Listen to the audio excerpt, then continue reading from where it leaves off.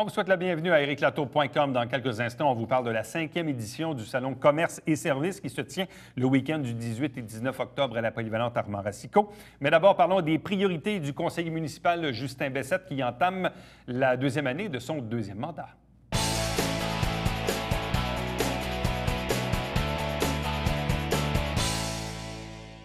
À chaque début de saison, ici même à la télévision du Haut-Richelieu, on se fait un devoir de recevoir à nouveau les conseillers municipaux, question d'établir un peu les enjeux, les priorités, faire un peu le bilan. On le sait, l'année dernière, on avait une élection municipale. On a reçu jusqu'à ce jour Mélanie Dufresne du centre-ville, de même que Jean Fontaine de Saint-Eugène. On traverse la rivière cette fois pour parler du côté d'Iberville, du côté sud avec le conseiller Justin Bessette. Bonsoir et bienvenue. Bonsoir, M. Latour. Alors donc, deuxième mandat comme conseiller, première année du deuxième mandat.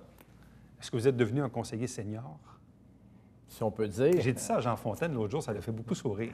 Bien, oui, puis non. Je veux dire, on apprend, on en a toujours à apprendre, puis on continue à en apprendre. Mais on a plus d'expérience. On connaît un petit peu plus le roulement de la ville. C'est un petit peu plus facile de faire avancer les dossiers, d'aller contacter les bonnes personnes pour faire avancer les dossiers. Je crois que c'est les gros avantages du deuxième mandat. Là. C'est quoi la grosse différence, justement, entre le premier et le deuxième mandat? Le premier mandat, vous étiez, disons, pas mal exclu du pouvoir décisionnel. On peut dire exclu. On peut dire exclu du pouvoir décisionnel. Là, évidemment, vous faites partie de l'équipe du maire Fecteau, maire Fecteau qui a été élu. Là, ça change la dynamique. Le gros avantage, je crois que c'est les dossiers avancent beaucoup plus vite. Je ne sais pas pourquoi. J'ai des doutes, mais les dossiers avancent beaucoup plus vite. Quand on amène des dossiers, c'est beaucoup plus facile de les faire avancer puis de les faire aboutir. Fait que c'est le côté du gros avantage. On voit beaucoup plus en même temps sur le comité exécutif, on voit encore plus ce qui se déroule. On a un contact encore plus direct avec la ville. Fait que, rapidement, on est quand même presque 2 fois par semaine à la ville à travailler là-dessus. Fait que les dossiers, les gens ont des suivis rapidement. Là. Parce que là, évidemment, il y a le travail de conseiller, il y a les différents comités sur lesquels vous siégez, l'exécutif notamment, qui prend quand même un certain Une fois temps. par 2 semaines. Une fois par 2 semaines. Oui, exactement. Quels ont été les principaux dossiers que vous avez eu à traiter depuis l'élection, donc depuis 10-11 mois, dans le district que vous représentez? Les jeux d'eau qui s'en viennent dans le coin de la Polyvalente, qu'on devrait voir apparaître pour l'été prochain ou fin de l'automne. La piste cyclable aussi qui est sur Belle-Rive, les devis sont après à se faire. Et puis le parc à chiens dans le parc Goyette, à côté à gauche de la bâtisse. Que les pancartes sont faites puis qui vont être en réalisation. Fait que c'est toutes des choses qu'on n'avait pas à Iberville qui nous manquaient pour desservir la population puis qui vont être en cours présentement. Là. Bon. Pour ce qui est de la prochaine année ou même à la limite des 3 prochaines années, quels sont les principaux enjeux pour le sud d'Iberville? Développement Corrade-Gosselin. Le développement aussi au sud, dans le coin entre le domaine Fredette, si on peut dire, puis Nadeau. Ce développement-là, qu'on commence à avoir les infras. On est à peu regarder pour de trouver une façon de pouvoir desservir les infras puis que le développement immobilier se fasse dans ce coin-là. Parce que, moment qu'on parle de développement un petit peu immobilier, puis toujours en étant pas extravagant, mais ça amène des commerces, ça amène des gens, ça amène l'économie va mieux, puis tout va avec là aussi. Les services, il y a plus de services dans ce temps-là. Là. Bon. Actuellement, il y a, je ne veux pas un chiffre précis, là, mais il reste quoi comme espace à développer dans le sud d'Iberville? Des terrains là, qui sont zonés blancs, qui sont prêts à bâtir? On en a beaucoup. Comme je vous dis, dans le coin de Fredette puis dans le coin de Nadeau. Quoi, 200, 300 maisons? Plus que ça. Plus que ça? Oui, on peut parler. Je ne veux pas donner un chiffre parce que je vais me tromper, je ne les ai pas vérifiés dernièrement, mais on peut parler au moins de 800-900 maisons. Facilement, de potentiel. De potentiel. Mais est-ce qu'on a les services, est-ce qu'on a les infras? Présentement, on garde pour faire des bassins à air ouverte. Pour les égouts, parce que les infras, l'eau, il n'y a aucun problème pour l'amener. Pour les égouts, on regarde pour faire un peu comme on a fait dans le coin de l'Acadie, des bassins ouverts, puis plusieurs municipalités se penchent vers ça. Qu'est-ce que c'est? C'est des bassins qui sont vraiment ouverts, qui sont traités par des plantes aquatiques. Puis quand l'eau sort finalement du tout, bien l'eau est propre pour être remise directement. Fait que ça désengorge beaucoup le système. Fait qu'on est après à regarder ça avec les entrepreneurs dans ce coin-là, pour qu'ils contribuent à financer un peu l'usine, pour qu'on puisse y aller vers ça. Bon. Avez-vous des enjeux de boisés et de milieux naturels? Parce que visiblement, c'est un sujet qui est beaucoup à la mode depuis quelque temps. Il n'y a pas un conseil de ville où il n'y a pas quelqu'un à quelque part qui vient nous parler d'un boisé là, puis là, lundi, c'était le boisé de la 104 à l'Acadie. Dans le sud d'Iberville, est-ce que vous avez des contraintes à l'égard des milieux naturels ou des boisés? Présentement, on n'en a pas. Bien, le dernier, c'est vraiment celui des Frères Maris qui était. On a un petit peu, par contre, si on peut dire, Dans le coin de Nadeau, qu'on a quelques boisés qui sont en zone inondable, qui sont conservés, mais on n'a pas de boisés majeurs qui pourraient être touchés par une coupe à blanc, là. Mais c'est clair que si Saint-Jean-sur-Richelieu veut continuer à croître, dans le fond, ce qui reste à développer, il reste un peu du Saint-Eugène, puis il reste beaucoup du Iberville, là. Oui, exactement. Dans le développement, là. Le développement de la ville va passer automatiquement par là. L'autoroute qui s'en vient, qui va mettre encore plus en valeur le coin d'Iberville. Oui, bien ça, c'est l'autre aspect, parce que, bon, au moment où on enregistre, on est le mardi, mais demain, le 8, c'est l'ouverture officielle du deuxième tronçon de la 35, avec, semble-t-il, le carrefour giratoire qui est prêt, là. Oui. Fait que déjà, en partant... Est-ce que vous êtes satisfait de ce que le MTQ a fait?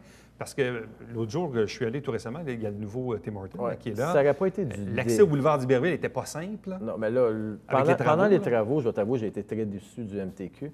J'ai même vu un policier, à un moment donné, rentrer avec son autopatrouille à sens inverse parce qu'il n'avait probablement pas le temps d'aller faire le grand tour pour. C'est qu'on n'a pas y retourner, réfléchi au comment de la circulation. Tu sais, le MTQ, des fois, par contre, quand ils font des projets, sont un peu sauvages.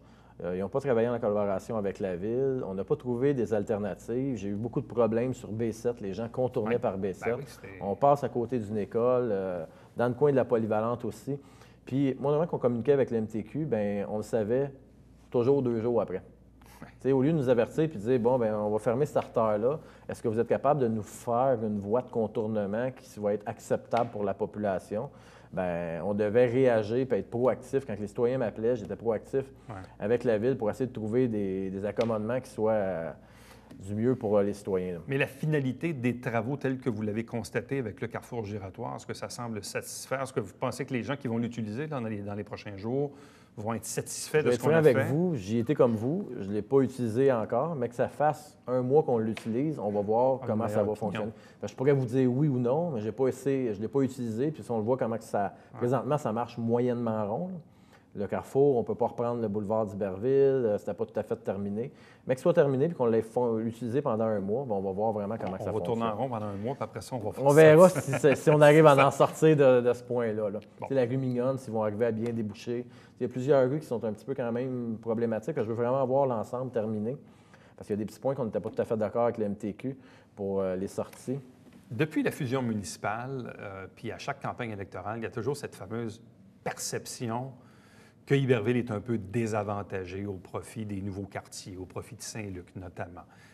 Est-ce que vous pensez, là, maintenant vous avez le nez collé sur la vitre, là, vous êtes près de l'exécutif, près du pouvoir, est-ce que vous sentez maintenant un certain équilibre dans la répartition de la tarte? Il en faut encore beaucoup à Iberville. Là. On a été quand même un petit peu laissé pendant les 8 dernières années. Ce n'est pas en 1 an qu'on récupère 8 années. Je pense que pour la part de la tarte à Iberville, il y en a encore beaucoup à faire. On était, tu sais, parce que les gens, il ne faut pas oublier qu'on était une ville, puis on a tombé un petit peu un village de Saint-Jean. Je pense qu'avec le développement qui va se faire, avec les services Corrade-Gosselin, on recommence à ressentir ce sentiment de fierté-là, mais il en reste encore à faire. Si on parle des jeux d'eau, si on parle des pistes cyclables, si on parle des corridors scolaires, le boulevard d'Iberville que j'ai fait asphalter pour qu'on ait un corridor scolaire pour se rendre, c'est encore un paquet de choses qu'on a à niveler un peu. L'aréna Marcel Larocque, la deuxième glace, là, ça c'est un plus. C'est un must pour Iberville. Là. Bon. Au niveau des sujets plus grandes villes, on le voit, il y a une nouvelle dynamique là, qui s'installe au Conseil. Généralement, les grands dossiers ont eu un vote unanime, le complexe jeunesse notamment, le budget et tout ça. On a vu là, récemment une situation peut-être un peu plus difficile avec le maire, qui est pourtant dans le même parti que vous, notamment dans le dossier des jeux du parc des Colibris. Vous avez voté contre, le maire a scindé le vote favorable. Comment avez-vous vécu cette décision-là? C'est un vote de génération, si on peut dire. Est-ce que j'étais contre le parc à Saint-Luc? Non, parce que, si vous savez, j'ai toujours prôné qu'on conserve le boisé en face. Puis je me disais qu'on n'avait pas besoin d'un bois en face d'un parc. On n'a pas besoin, tu sais, dans les années 70, on coupait les arbres pour faire des parcs. On coupait les arbres, on mettait des modules, puis on plantait des arbres. Ça faisait un parc. Aujourd'hui, dans ma tête, on s'apprêtait à faire un des plus gros parcs écologiques de Saint-Jean-sur-Richelieu. Je trouvais un peu un non-sens de mettre un parc en face d'un parc. Surtout que dans la ville, on avait des besoins plus criants. Même les jeux d'eau qu'on a mis à Saint-Luc, bien, dans ma tête, ils étaient plus en valeur dans le coin de l'hôpital, où que les gens en avaient besoin, puis où que la population est un petit peu plus défavorisée, puis qui sont concentrés. Mais visiblement, le conseil était très divisé sur la question, là. Oui, exactement. Puis c'est pas une question que ce soit Saint-Luc ou Iberville. Parce que vous savez, je suis un des conseillers qui a quand même une vision grande ville. Je ne suis pas quelqu'un qui s'assoit puis qui pense seulement à Iberville. Je suis capable d'avoir une vision grande ville.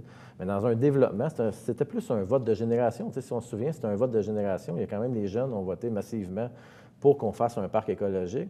Ceux qui sont d'une autre génération ont voté pour qu'on fasse ce qu'on faisait avant, qui, malheureusement, j'aurais aimé Certains ont été étonnés de ça parce que, évidemment, certains vous voyaient, disons, très près du maire Fecteau dans l'ensemble des dossiers.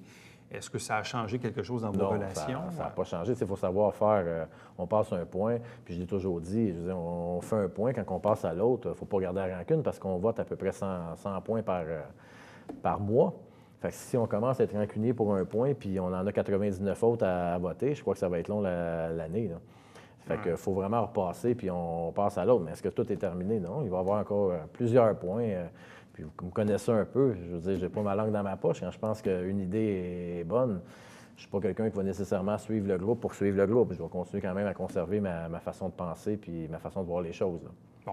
On voit d'ailleurs que la dynamique a un peu changé au Conseil. D'ailleurs, on l'a vu lundi.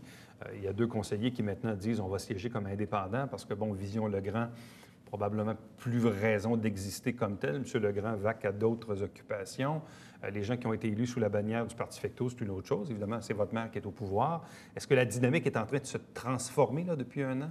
Non, je pense que c'est pareil. On n'est pas... la grosse différence, c'est qu'on ne joue pas la trappe de l'équipe. C'est que si tu n'es pas dans l'équipe, tu n'as pas tes choses. Puis ce qui se faisait énormément avant, puis que je déplorais beaucoup, bien, je n'ai pas embarqué dans ce jeu-là non plus facile de jouer la trappe de l'équipe, que si vous n'êtes pas dans la bonne équipe, vous n'aurez rien. On le voit que quand les investissements se font dans la ville, ils se font partout dans la ville. Puis quand on saupoudre à la ville, on saupoudre partout, comme M. Larivière avait dit, on en met partout. On ne vise pas juste les quartiers qui ont été élus puis qui sont avec le maire. Donc, il ne faudrait pas se surprendre dans les 3 années qui viennent qu'il arrive momentanément des dossiers sur lesquels vous n'êtes pas en accord avec Michel Fecteau. Je crois que c'est normal aussi. On peut pas, c'est un choc des générations. Que ce soit dans l'entreprise chez moi, que je n'étais pas toujours d'accord avec ce que mon père pensait. C'est normal. Tu ne peux pas être en accord. Tu peux pas être en accord sur tous les points. On vote même avec nos conjointes. On ne peut pas être d'accord à 100 des points. Fait que c'est la même chose à la ville. Puis je pense que c'est important que les gens voient qu'il y a quand même des gens qui voient différents. Parce que sinon, ça donne un peu ce que ça donnait avant. On disait que c'était un maire plus ses moutons. C'est pas ça qu'on veut. On veut vraiment qu'on voit la façon de penser des gens, puis qu'on sache que tout le monde est libre de penser. Là. Justin Bessette, merci beaucoup. Merci beaucoup. Bonne année. Bonne année. Restez avec nous, puisqu'au retour, on vous parle du Salon Commerce et Services qui va se tenir les 18 et 19 octobre, ici même, à Saint-Jean-sur-Richelieu.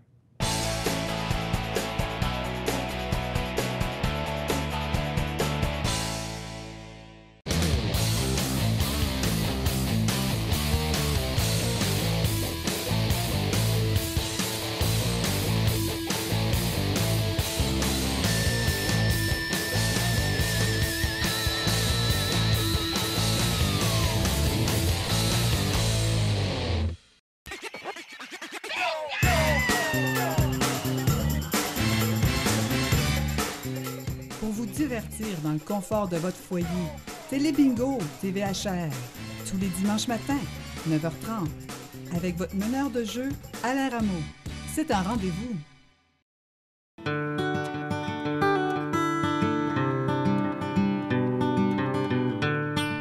Coulisses Bêta, version 3.0, de retour cet automne.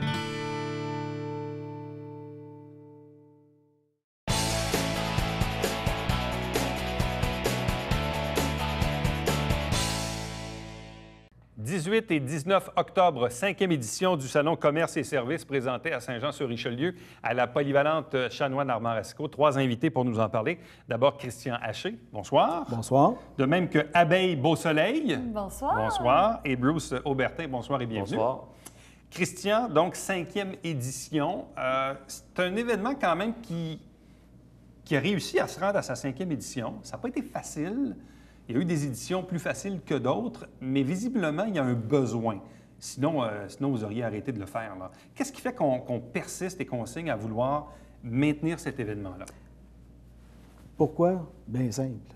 Pour nos membres, les travailleurs autonomes, pour leur permettre d'avoir une vitrine à faible coût. Oui. Et le salon est sans but lucratif, comme je l'ai déjà dit. Donc, tous les profits, si on en fait, sont remis à un organisme. Donc, on n'est pas là pour faire des sous, on est là pour aider nos membres à se vendre mieux, c'est-à-dire de se faire connaître auprès du public, de pouvoir aussi mieux se présenter. Okay? Quand tu fais des conférences, tu fais un salon, tu n'as pas le choix, tu as plein de monde qui viennent te rencontrer, donc tu dois leur dire qu'est-ce que tu fais. À partir de ce moment-là, mais pour eux, c'est beaucoup plus facile par après. C'est la grosse différence entre, bon, évidemment, de plus gros salons où il y a des commerces qui sont habitués, évidemment, d'avoir pignon sur rue, puis d'avoir des clients qui viennent cogner à la porte. Généralement, le propre même du travailleur autonome travaille souvent un peu tout seul, chez lui. Tout à fait. Il n'y a pas ce contact direct, comme on dit, d'avoir pignon sur rue. Donc, ce salon-là permet donc ce contact-là avec les membres. Tout à fait. Et le regroupement des travailleurs autonomes qui a initié avec le réseau des femmes d'action du Haut-Richelieu est justement là pour aider les travailleurs autonomes. Ce n'est pas juste un salon qu'on organise. On fait de la formation aussi à nos membres pour leur donner des outils pour pouvoir justement mieux faire le salon en tant que tel.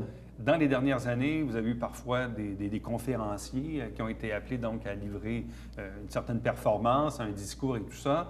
Là, cette année, je vois que vous avez la présence de Abeille Beau Soleil. Qui est Abeille Beau Soleil? Oui, c'est moi, oui. Donc, cette année, il y a un nouveau volet et moi, je suis très contente de ça. Donc, moi, je vais présenter un spectacle pour le jeune public, accompagné de leurs parents, évidemment. Donc, ça va être un spectacle sur les 4 saisons que je vais présenter le samedi 18 octobre à 15 h. Oui.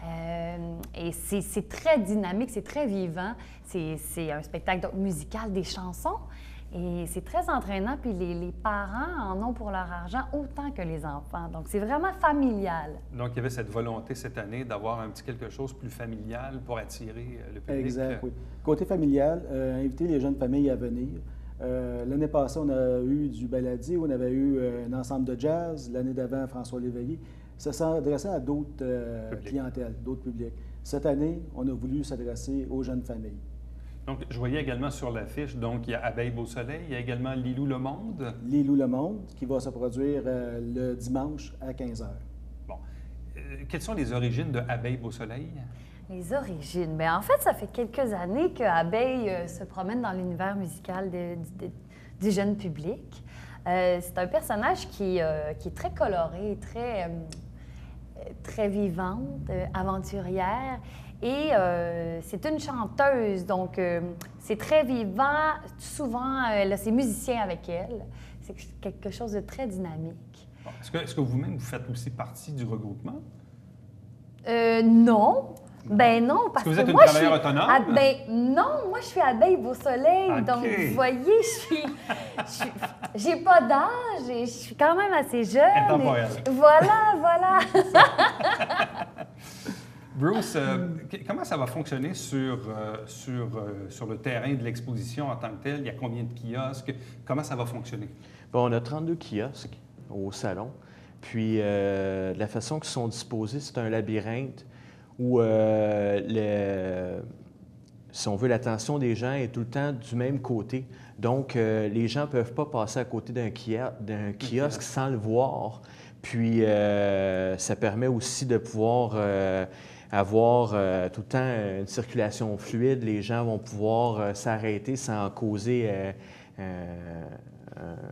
du trafic, là, si on veut. Là. Ça fait autant pour l'exposant, autant pour les gens qui viennent nous voir. Ça va être plus agréable de cette façon-là. On a 32 kiosques. Il y a aussi une partie, justement, plus comme un auditorium pour, justement, le spectacle d'Abeille Beau Soleil. Puis, à l'extérieur aussi, on a un aménagement extérieur assez bien fait pour qu'on nous retrouve. On va être à la porte 4.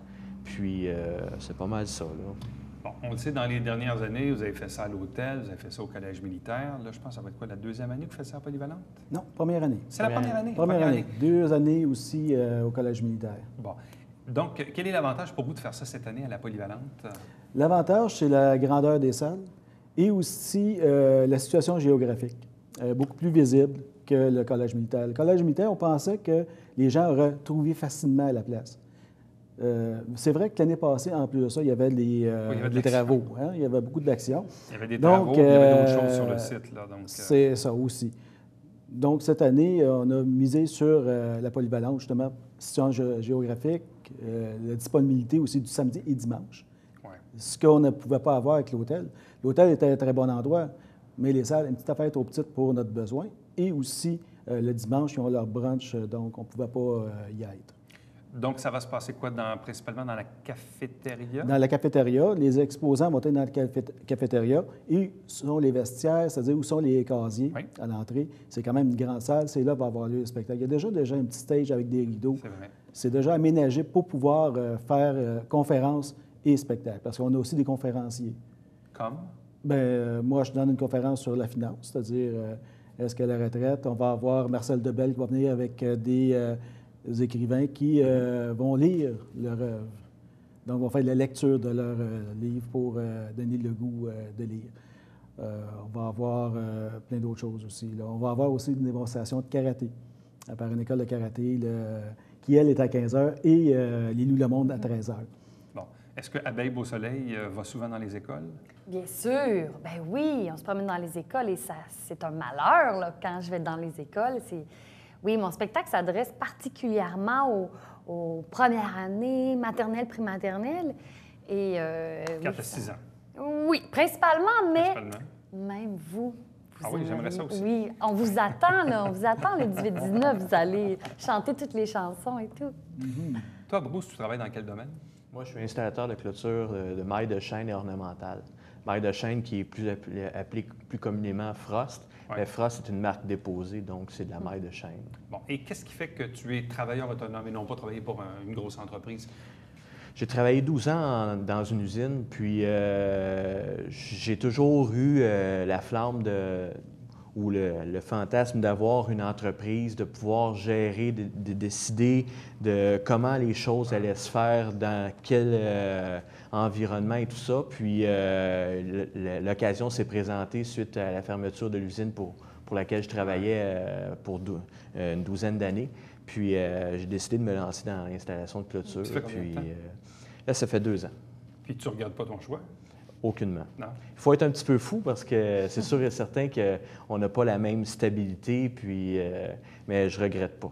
Bien, ça, Christian, c'est un exemple. C'est pour ça que je voulais l'entendre, parce que des Bruce, là, il y en a plein chez vous là, dans les regroupements. Là, Tout à des fait, histoires, justement, de quelqu'un qui hésitait peut-être à faire un Ça changement de brise carrière. l'isolement.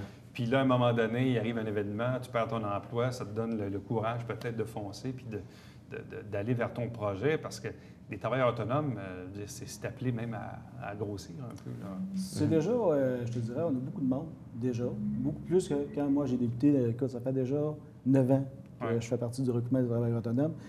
Et le but est vraiment d'aider justement les jeunes entrepreneurs, autant jeunes que plus vieux, mais qui commencent. Changement de carrière, comme tu disais. Ça, on en a plusieurs. Là-dessus, tu as tout à fait raison. Et le salon a été justement une pierre angulaire pour pouvoir encore plus aider ces gens-là.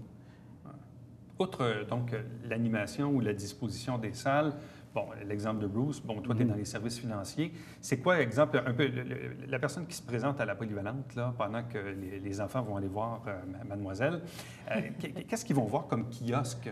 C'est quoi les services et les commerces, justement, représentés? Les services, écoute, on a exemples. des gens en produits de beauté, on a des gens qui vont être des plats de plastique, on a un consultant en aménagement d'entrepôt, enfin, on a vraiment plein de choses. On va avoir, entre autres, une comptable qui va être là pour offrir ses services.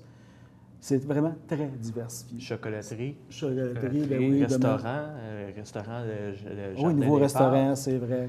Jardin Tous des des pâtes. gens qui se sont Oui, j'ai vu ça greffés à ici sur nous. le Là, chef. C'est Ouais. ça, exactement. De nouveaux entrepreneurs qui commencent. oui. Et parlez-nous donc du napperon, juste pour le présenter ici. Qu'est-ce que c'est, Christian? Ça, c'est un napperon. Encore là, c'est un de nos membres du comité, Guy Labrie, qui a eu l'idée de faire un napperon, où est-ce qu'on annonce le salon et aussi des exposants qui sont en entour. On a aussi, comment je pourrais dire ça, des gens qui ont été des partenaires au Quai Platine, comme Derry, membres A comme Et Bruce, ça, on retrouve ça justement. dans les restaurants par ici? Exactement. Plusieurs restaurants qui l'ont. On a 100 000 napperons qui ont été distribués. 100 000 napperons. 100 000 napperons. Les gens peuvent voir également les affiches. Et pour les billets, Il y ça en a fonctionne après comment? le napperon. Ah oui, il y en Le a après le napperon, napperon, on peut il y le en a un. découper. C'est ça, pour chaque. exactement. OK. Ça, on a fait faire 75 000.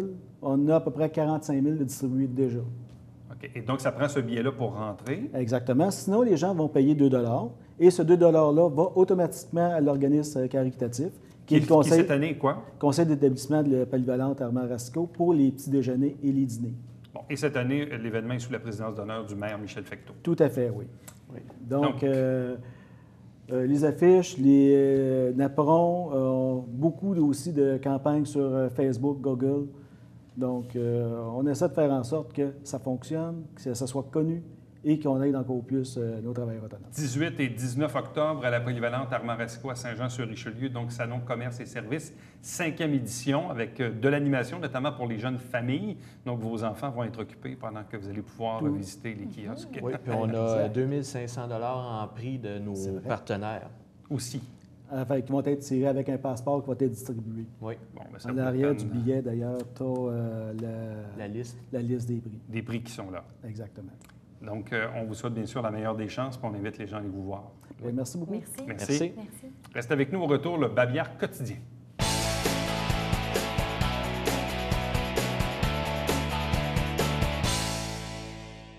Je ne sais pas si vous connaissez Serge Beauchemin, il faisait partie de l'émission des Dragons à Radio-Canada. Donc, il y a une conférence qui est présentée par lui-même. Donc, le jeudi 30 octobre à 18h au club de golf Pine Grove à Saint-Luc. C'est organisé par les gens de l'FM, la cellule de mentorat dans la région du Richelieu.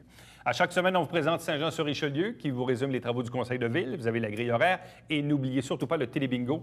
Tous les dimanches matin, 9h30 en direct, 3 500 $ en prix, carte pleine à 2 000. Il y a 30 dépositaires dans la région pour acheter vos livrets. À demain. Bye-bye.